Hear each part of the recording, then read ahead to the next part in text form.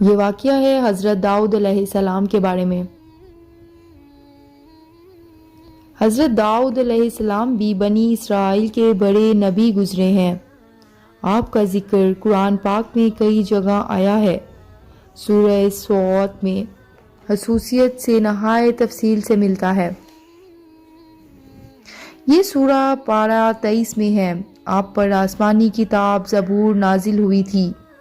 حضرت موسیٰ علیہ السلام کے انتقال کے کافی عرصہ بعد بنی اسرائیل کے سرداروں نے اس وقت کے نبی سے کہا کہ ہم کو ایک بادشاہ کی ضرورت ہے جس کی سرداری میں ہم اللہ کے دشمنوں سے جنگ کریں۔ اللہ کے نبی ان کی حالت کو خوب جانتے۔ پہلے انہوں نے انکار کر دیا کہ یہ لوگ بزدل ہیں، جنگ وغیرہ کچھ نہیں کریں گے، مگر جب قوم اور سرداروں کا اصرار بڑھا اور وہ نہیں مانے تو اللہ کے نبی نے فرمایا، اللہ تعالیٰ نے تمہارے لیے طالوت کو بادشاہ مقرر کیا ہے۔ طالوت ایک غریب آدمی تھے۔ سردار امیر لوگ طالوت کا نام سنتے ہی ناراض ہو گئے کہ سرداری اور بادشاہت تو ہمارا حق تھا، یہ غریب آدمی کو کیسے مل گیا؟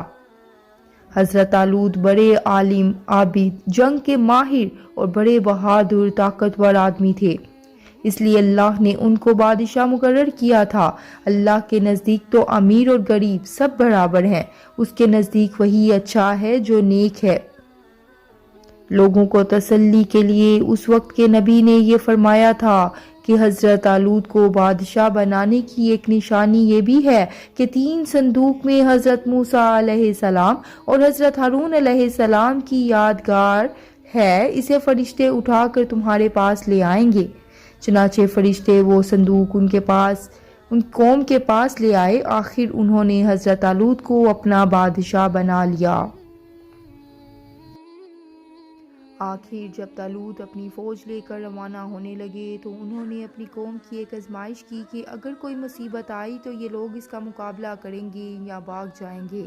انہوں نے کہا کہ آگے چل کر پانی کی ایک نہر آئے گی، جس نے اس کا پانی پی لیا اس کو مجھ سے کوئی تعلق نہ ہوگا۔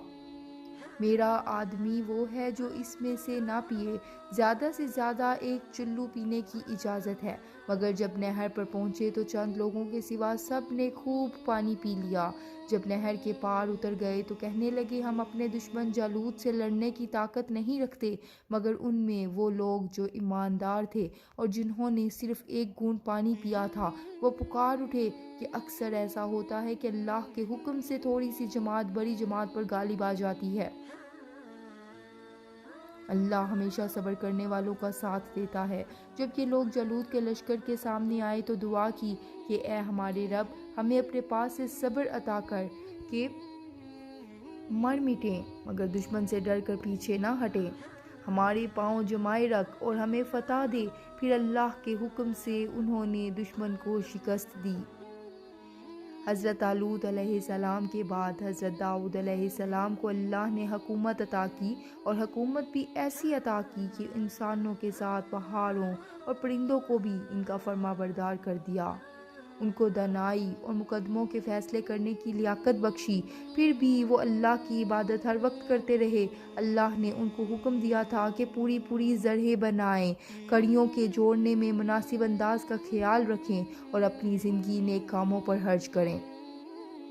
ایک دفعہ اللہ تعالیٰ نے ان کا امتحان لیا، اس طرح کہ 2 آدمی دیوار پھاند کر ان کے مکان میں گھس آئے جس میں وہ عبادت کرتے تھے۔ آپ نے انہیں دیکھا تو گھبرا گئے۔ انہوں نے کہا، آپ گھبرائیں نہیں، ہم اپنا جگرا لے کر آئے ہیں۔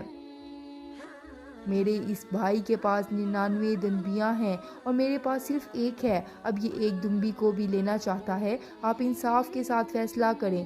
آپ نے فرمایا کہ جو تم سے دنبی مانگ رہا ہے اس میں یہ زیادتی پر ہے، اور اکثر شریک ایک دوسرے پر زیادتی کرتے ہیں، البتہ جو لوگ اللہ پر ایمان رکھتے ہیں اور نیک کام کرتے ہیں وہ اس زیادتی سے بچ جاتے ہیں، مگر ایسے شریک بہت کم ہوتے ہیں۔ جب یہ لوگ چلے گئے تو آپ کو خیال گزرا کہ اللہ نے یہ میرا امتحان لیا ہے۔ انہوں نے توبہ کی، سجدے میں گر پڑے اور اللہ کی طرف توجہ کی۔